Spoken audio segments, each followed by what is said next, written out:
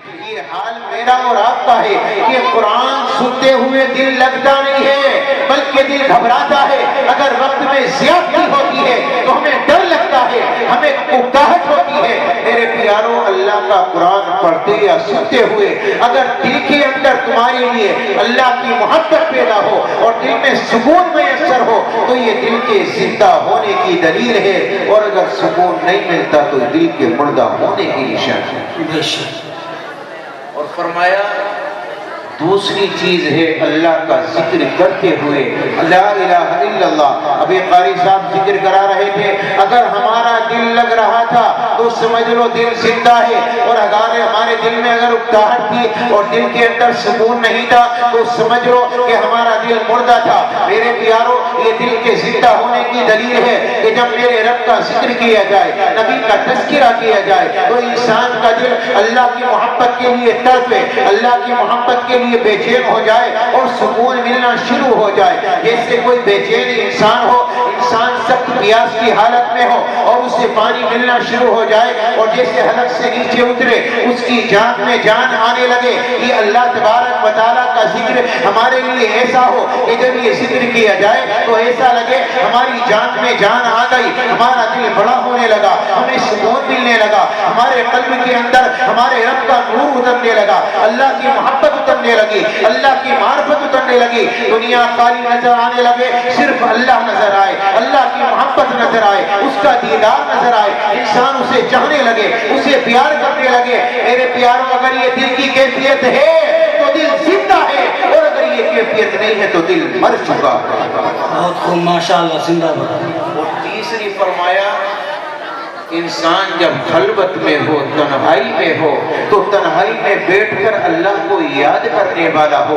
اگر تنہائی میں بیٹھ کر اللہ کو یاد کرے, اپنی زندگی پر مراقبہ کرے, آج میں نے کون سا گناہ کیا, میں نے فلاں وقت کون سا گناہ کیا, اور انسان اپنے رب سے معافی کا مطالبہ کرے, اللہ کی یاد میں گم ہو جائے. بیٹھا ہے اللہ کی یاد میں, تنہائی میں ہے, اللہ سے ڈرا ہوا, تنہائی میں ہے, سہما ہوا, سمجھ لو دل زندہ ہے. اور تنہائی میں بیٹھا ہے, دل نہیں لگ رہا, لا موبائل نکال, ذرا اس کو کچھ دیکھا جائے, لا ذرا ٹی وی چلا, کچھ دیکھا جائے, سمجھ لو دل مر چکا ہے, دل زندہ نہیں ہے. آج ہم ٹٹول کر دیکھیں کہ ذکر کرتے ہوئے ہمارا دل لگتا ہے یا نہیں. اگر لگتا ہے تو دل زندہ, نہیں لگتا تو دل مردہ. تنہائی میں بیٹھ کر ہمیں موبائل کی ضرورت پیش آتی ہے یا نہیں, ہمیں تنہائی میں بیٹھ کر ٹی وی کی ضرورت پیش آتی ہے یا نہیں. اگر آتی ہے تو دل زندہ ہے, اگر آتی ہے تو دل مردہ ہے. اور اگر اللہ کا دھیان آتا ہے, اللہ کی محبت آتی ہے, اللہ کی طرف دل لگتا ہے,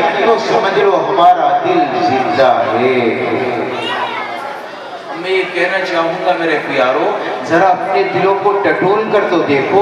ہمیں نماز پڑھتے پڑھتے غالباً پوری زندگی گزر گئی. بعض لوگ 50 کے ہو گئے, بعض لوگ 60 کے ہو گئے, کوئی 40 پر کھڑا ہے, کوئی 30 پر کھڑا ہے. مجھے یہ بتاؤ کہ ہماری زندگی میں کوئی نماز ایسی آئی جس میں کوئی خیال نہ آیا ہو, کوئی تصور نہ آیا ہو, اور اللہ کی یاد میں ہم نے اپنی زندگی یا اپنی ایک نماز گزار دی ہو. میں یہ کہنا چاہوں گا, میرے نبی نے بیان فرمایا, ان تعبد اللہ کأنک تراہ فإن لم تکن تراہ فإنہ یراک.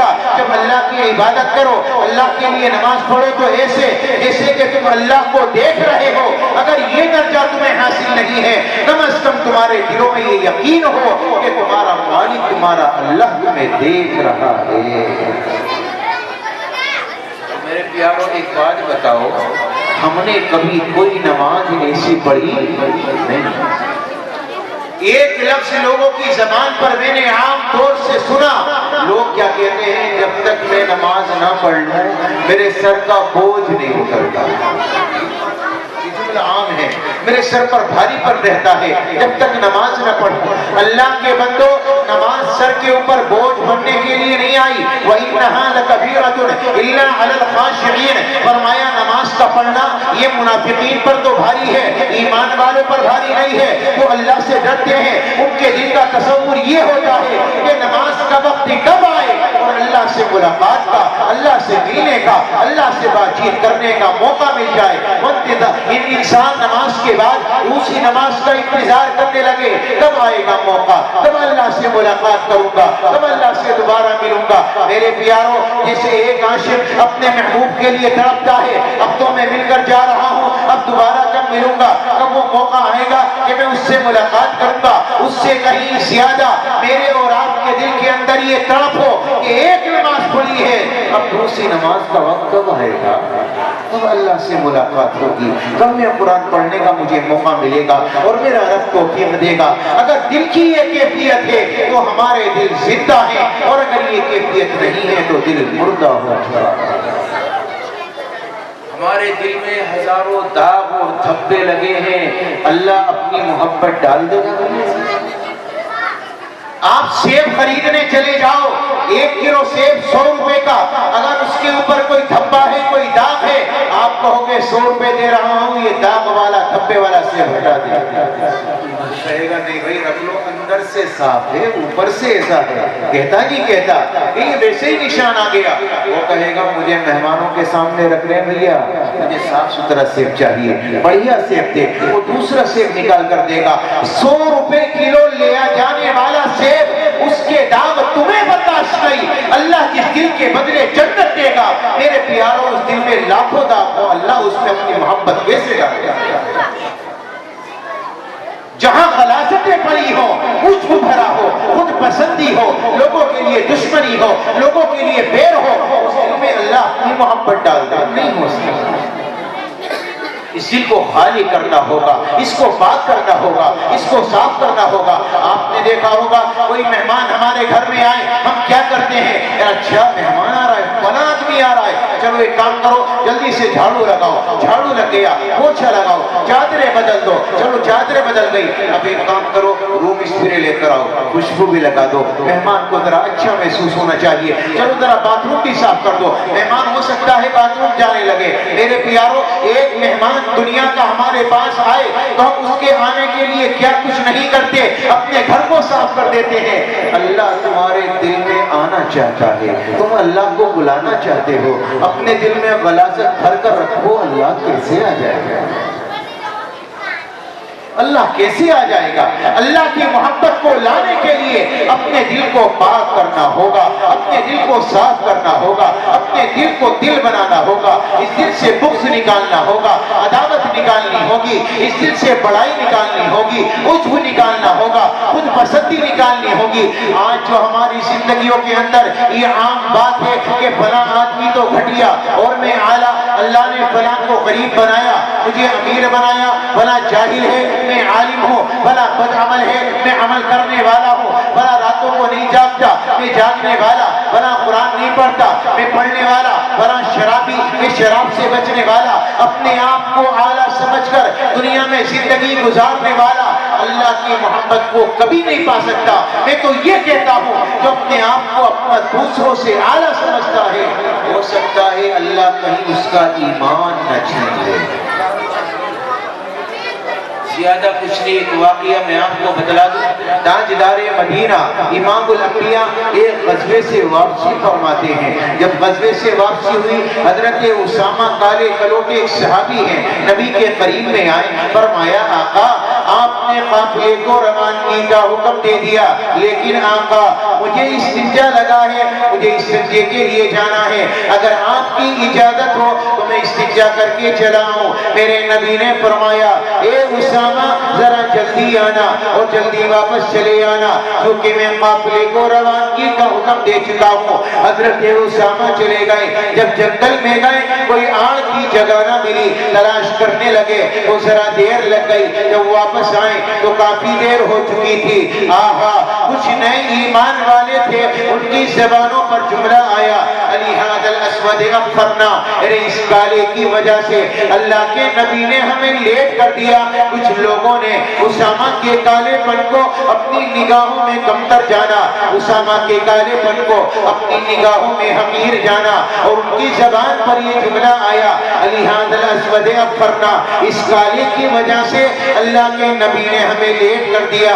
تاجدار مدینہ امام الانبیاء محمد الرسول اللہ کا وصال ہوا، آپ دنیا سے پردہ فرما کر گئے۔ میرے نبی کے وصال کے بعد تاریخ بتاتی ہے، علماء نے لکھا ہے جن کی زبانوں پر یہ جملہ آیا تھا اور جن کے دلوں کے اندر یہ تصور آیا تھا، اللہ نے ان کا ایمان چھین لیا اور کفر پر ان کا انتقال ہوا۔ علماء نے وجہ لکھی ہے کہ انہوں نے اسامہ کے کالے پن کو اپنی نگاہوں میں حقیر سمجھا، اس حقارت پر اللہ نے ان کا ایمان چھین لیا اور کفر پر انتقال ہوا۔ میں یہ کہنا چاہوں گا، اپنی نگاہوں سے نبی کا چہرہ دیکھا، ایمان کی حالت میں دیکھا، ایمان لے کر آئے، غزوات میں شریک ہوئے، جنگوں میں شریک ہوئے، لیکن ایک ایمان والے صحابی کو اپنی نگاہوں میں کمتر جانا تو اللہ نے ایمان چھین لیا۔ وہ تو صحابہ تھے، ان کا ایمان چھین گیا۔ میری اور آپ کی کیا گارنٹی ہے کہ ہمارا ایمان نہیں چھینے؟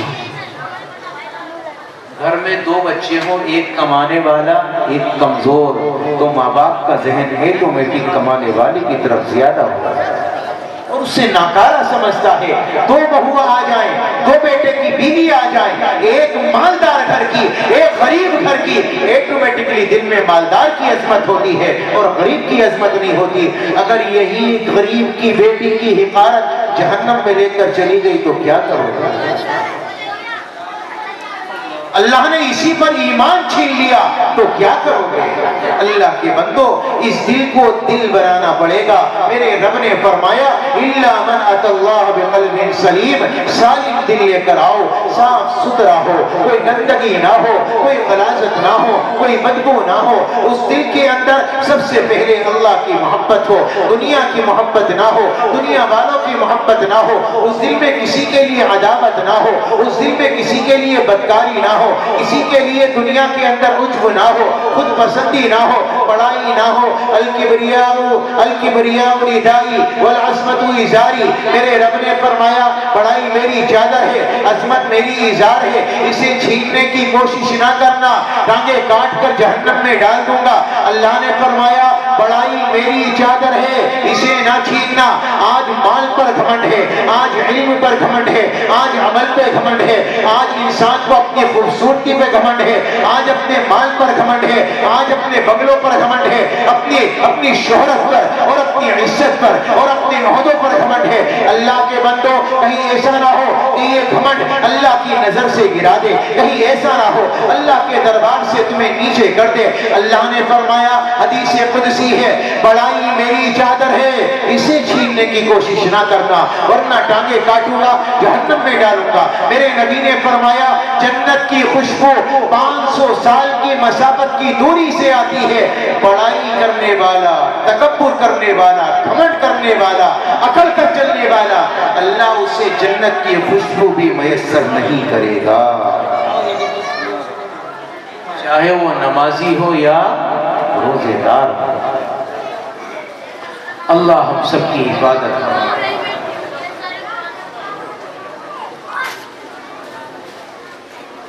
اللہ تبارک و تعالی ہم سب کے دلوں کو خالص کر دے اپنی محبت کے لیے، اپنے نبی کی محبت کے لیے۔ اور میرے پیاروں، اسی کو خالص کر کے ہر ایک کی عداوت سے، ہر ایک کی برائی سے پاک کرو۔ یہ دل کو سالم لے کر اللہ کے دربار میں جاؤ، دل کو صاف ستھرا بنا لو۔ اللہ نے ساری دنیا تمہارے لیے بنائی، وہ کچھ نہیں کہتا۔ میرا رب کہتا ہے خوب عالی شان بنگلوں میں رہو، منع نہیں کرتا، عالی شان گاڑیوں میں گھومو، منع نہیں کرتا، عیش و عشرت میں رہو، منع نہیں کرتا، لیکن اس دل میں محبت سوائے